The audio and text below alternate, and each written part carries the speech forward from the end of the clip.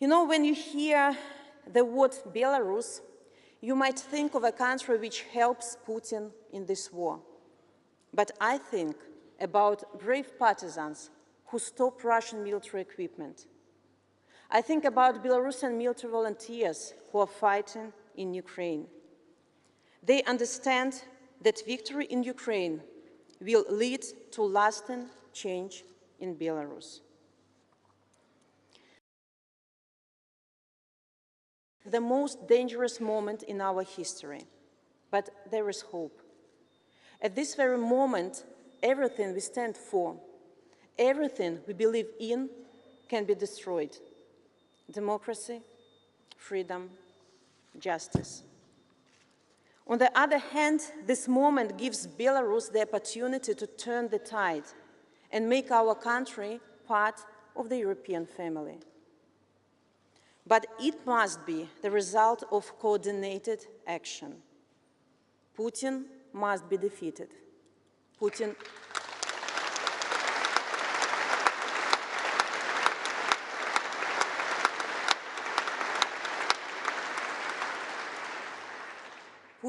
must be defeated. Putin will be defeated.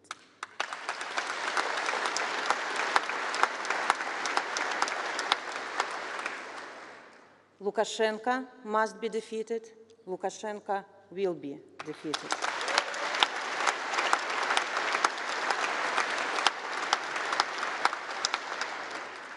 You know, today I didn't come here to lecture you. I came here today to thank you. Because Britain understands our fight. The very first people expelled by the regime were 2 female British diplomats. It was the UK who immediately reacted to the political crisis in Belarus. It has introduced and tightened sanctions on the regime. It was the UK who immediately launched the program of assistance to media, civil society, and supported us in the OSCE and the United Nations, in the G7 and the Council of Europe. British parliamentarians adopted the cause of political prisoners, including Lord George Fawkes and Sir Tony Lloyd, the chairperson of all-party parliamentary group for Belarus.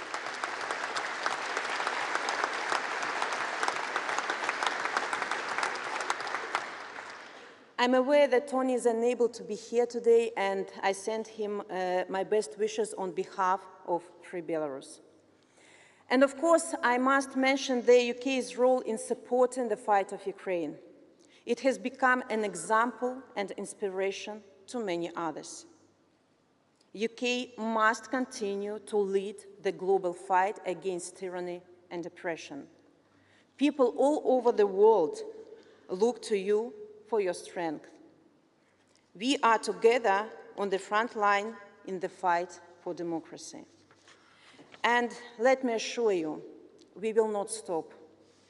Belarusians will not stop until all political prisoners are released, until every Russian soldier leaves our country, until we hold trials for crimes against humanity, until we get our country back.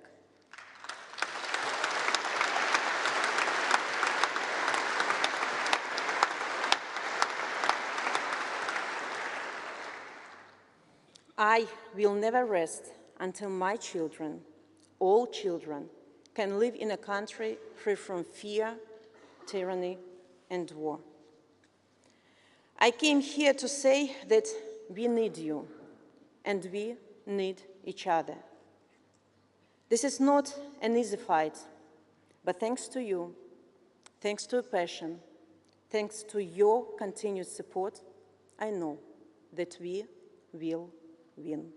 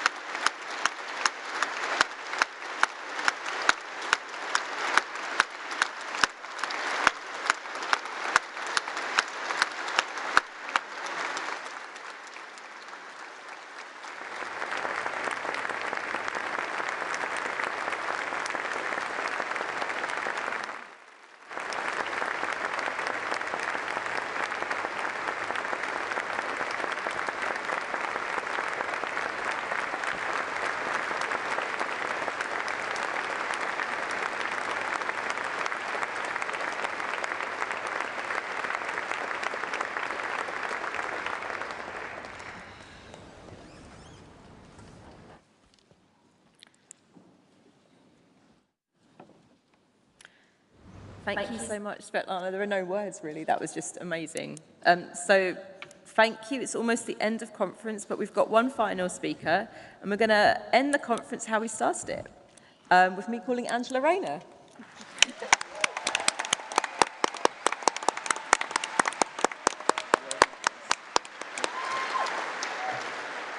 Thank you, conference, and wow, thank you, Svetlana. What a speech.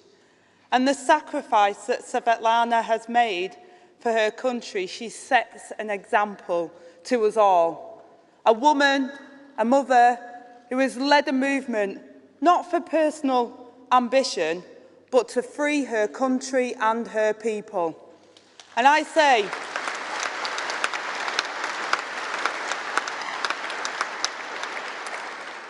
the Labour Party stands with you, and a Labour government would do too.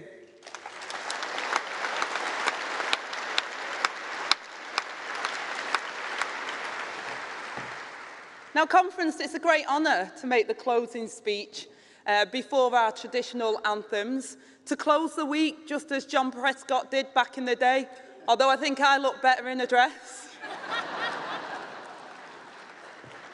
I hope we're doing proud today.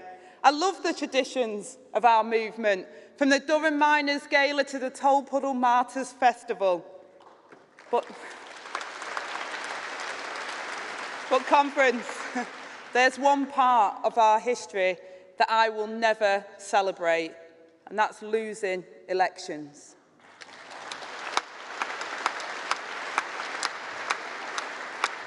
Just think how it will feel meeting here in this hall in a few years' time after a term of a Labour government, back in power.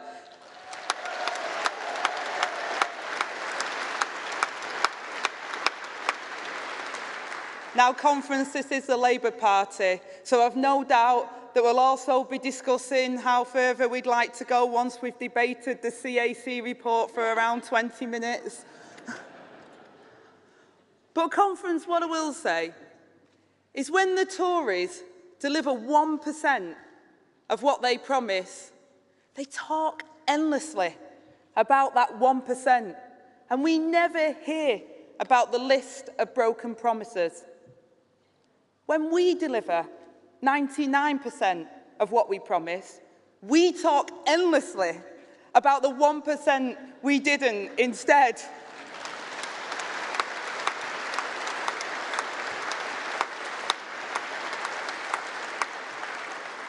We set a high bar, but just think about the historic Labour governments and their legacy.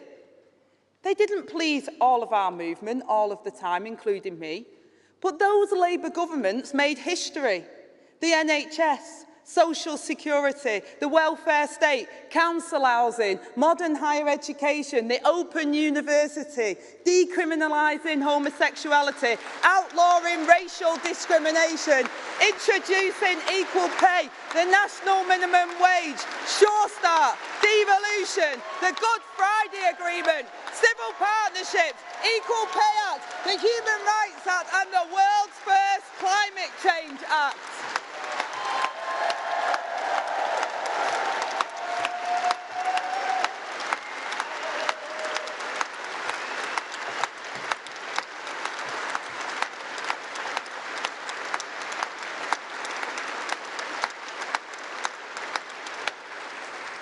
And conference, if we're not proud of ourselves, don't expect anyone else to do it for us.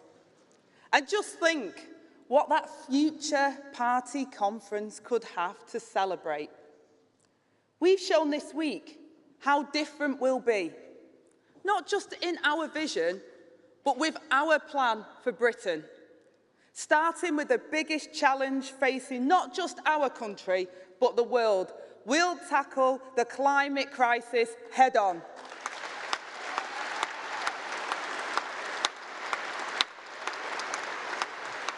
We will protect our people and our planet, and we will pull out all the stops to build a fairer and greener Britain. As Keir set out yesterday, through our Green Prosperity Plan, we will unleash a green industrial revolution by reaching 100% clean power by 2030. We will save £93 billion off energy bills. And through Great British Energy, we will give British power right back to the British people.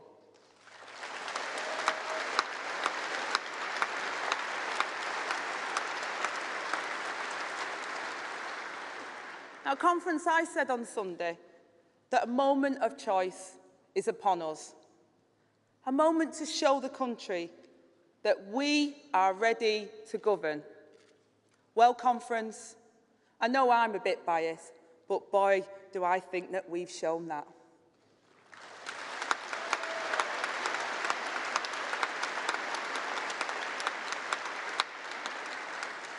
Now, it isn't just that we have better policies, although we do.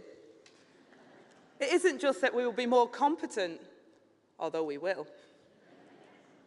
It's that our values differ fundamentally, and our policies are not better despite our values, but because of them. Labour values, the country's values too.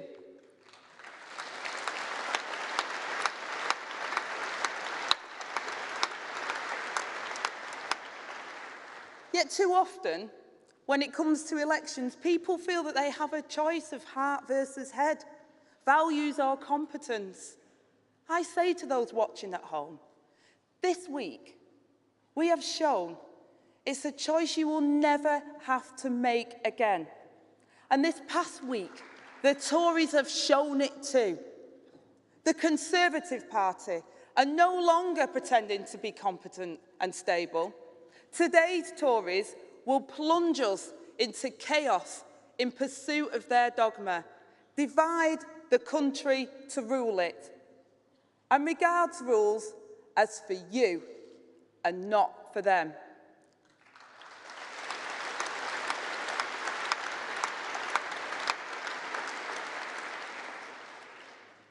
I mean, they said tough on crime. They brought crime to number 10. Defenders of the free market, the market's in free fall. England's green and pleasant land, frack it.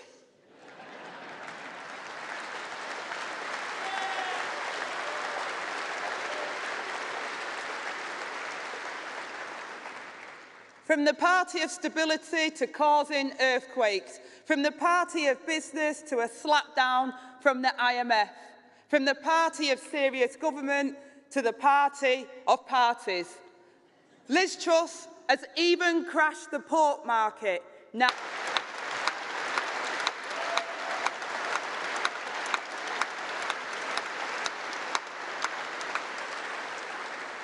you'd think that snouts in the trough was one of the things that they could manage. When interest rates were low and borrowing was cheap, they sacrificed public services for austerity. Now they're borrowing just as interest rates are soaring. To think this was the party that claimed they were for sound money. That's what one high-flying new Tory MP certainly thought back in 2012. He wrote a pamphlet demanding a balanced budget every year. He said, fiscal prudence is the very least we should expect from a Chancellor. And if they failed, they should face a 20% pay cut. I tell you what, that Tory MP must be absolutely furious with the new Chancellor, except he is the new Tory Chancellor.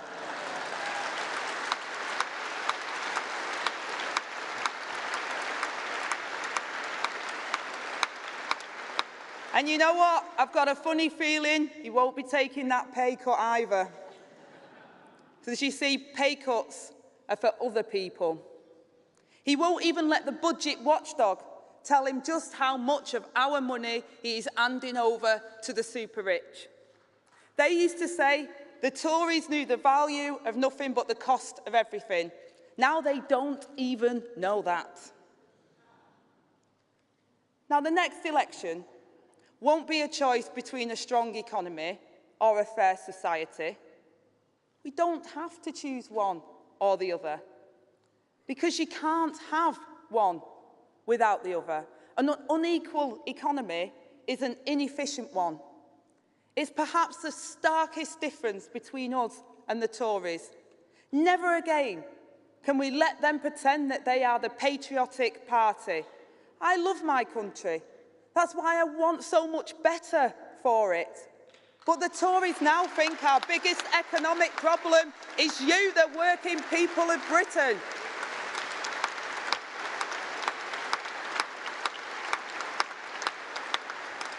And while they think you are the country's greatest weakness, we know that you are our greatest strength.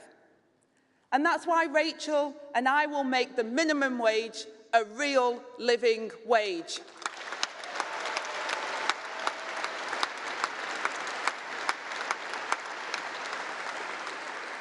Because we are not just the party of higher growth, but of higher wages too. Now, we know what the Tories think. The new Prime Minister and her Chancellor have said it out loud. The problem is that British workers are idlers, not grafters. The irony from this lot.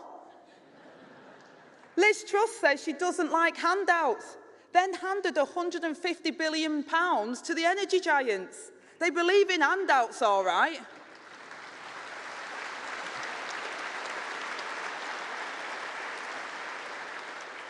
And it's the same with their other top priority, unlimited bankers' bonuses. It's the same old Tory ideology. You incentivise the richest by giving them more money, and you incentivise the rest of us by taking it away. Conference, it hasn't worked before, and it won't wash now.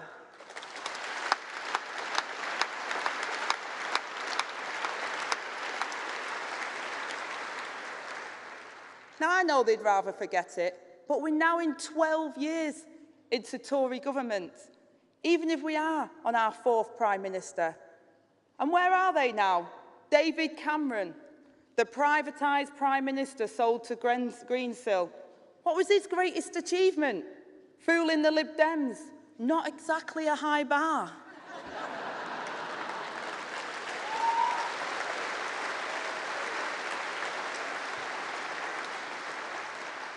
If you care about power for power's sake and have no principles, no policies and no plan, you end up with a pointless premiership remembered only as a pub quiz answer.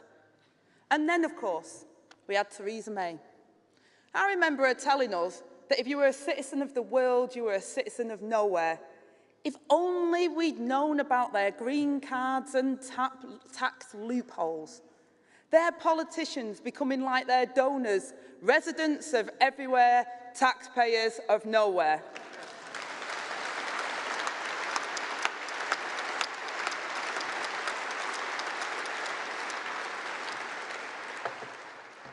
And then there's Boris Johnson. I do owe him one apology. I said he couldn't organise a booze up in a brewery. Turns out he could organise a booze up pretty much anywhere. Just a shame he couldn't organise anything else.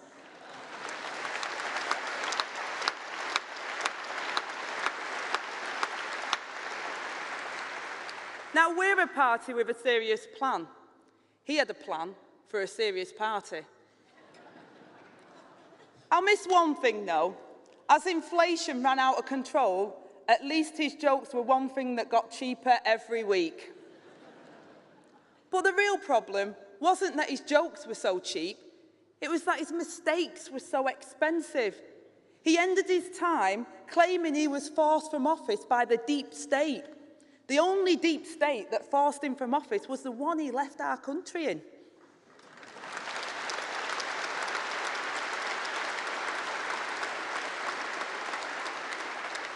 Sorry, conference. I had to use all of my Boris lines now while he's still remembered and while everyone knows who he is. Before he becomes a footnote in the failure of the history books.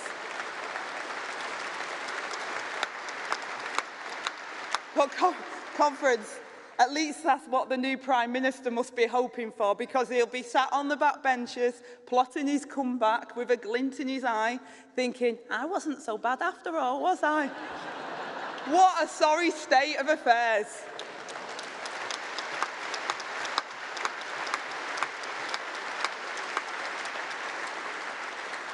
And what does Liz Truss have to say after a decade in government?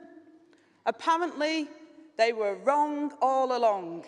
She's now asking for 7 years to fix it, yet offering us even more of the ideology that caused the problems in the first place. She doesn't just think that we're lazy, she must think that we're stupid as well. And that brings me to this new government, openly chosen for loyalty, not ability, a ministry of all the talentless.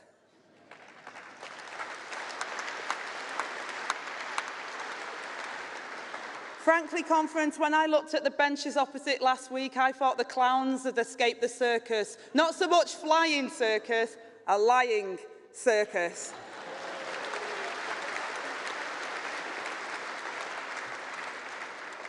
Now, maybe I'm being unfair. Number. Her first crisis in our NHS. The spread of a new and dangerous contagion. Not the Omicron variant, the Oxford comma. Now that's a comma before the word "and," in case you were wondering. Something like this sentence. GPs are overwhelmed. Ambulances not turning up. Beds are full. Waiting times are rocketing. The NHS is starved of investment. And it's all the fault of the Tory decisions.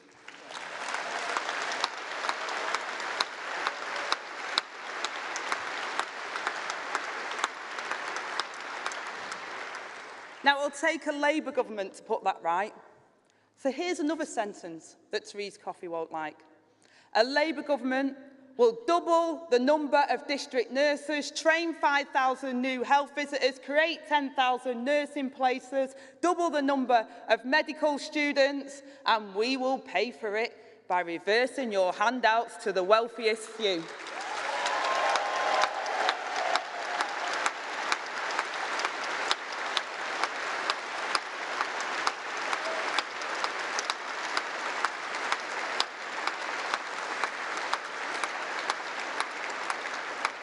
Now, I like every dot and comma of that policy conference.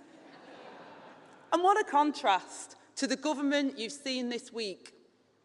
Yesterday, the country saw the Keir that I know and see every day, announcing 100% clean power by 2030, driven by a British energy company owned by the British people for the British people. He showed the true, real leadership this country needs. And on Monday, Rachel showed how Labour would govern with competence, class and care, with her as the UK's first ever female Chancellor.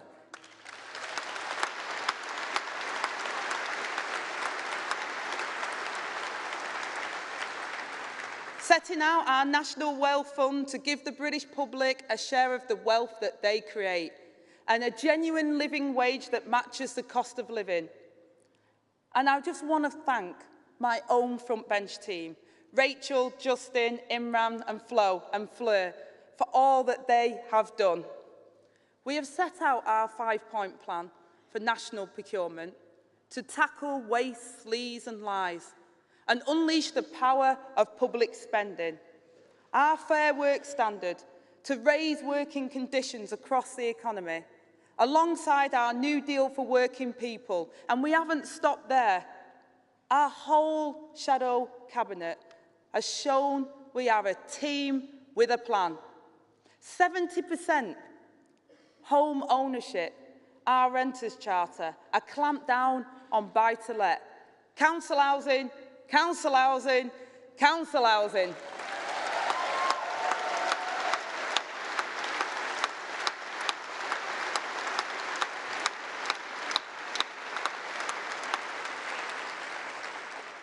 The Hillsborough Law, a domestic abuse register and a new football regulator, sewerage sanctions, job centre reform, and a transformational industrial strategy. Insulation, innovation, inspiration, all in one.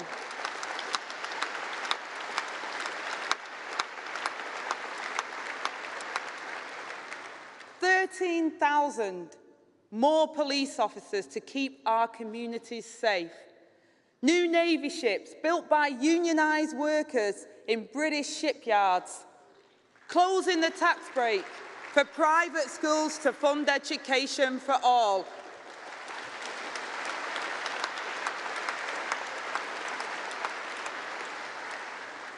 Free school breakfasts for children. New bus services in public hands.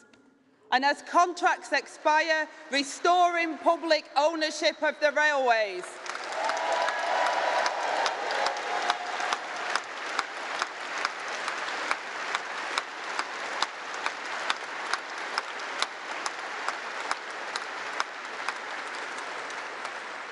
Conference, our shadow cabinet has shown what a Labour government will be. Radical, responsible, realistic. But delivering this message would be absolutely impossible without all of you. Our brilliant activists who campaign through the wind and the rain, and that's just outside this building. If you ever needed proof that an onshore wind farm can deliver, get outside the Pullman.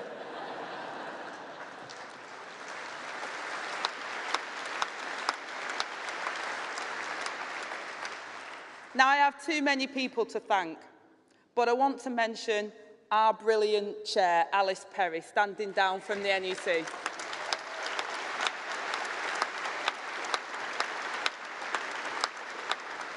And Diana Holland, who is stepping down as party treasurer after 12 years.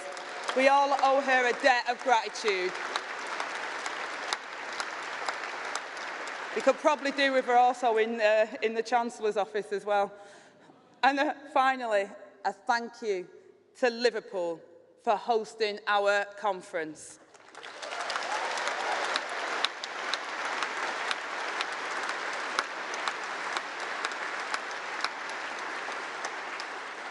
Now, while the Tories would be ashamed to show their face here, you've shown us the warmth and the pride that defines this city.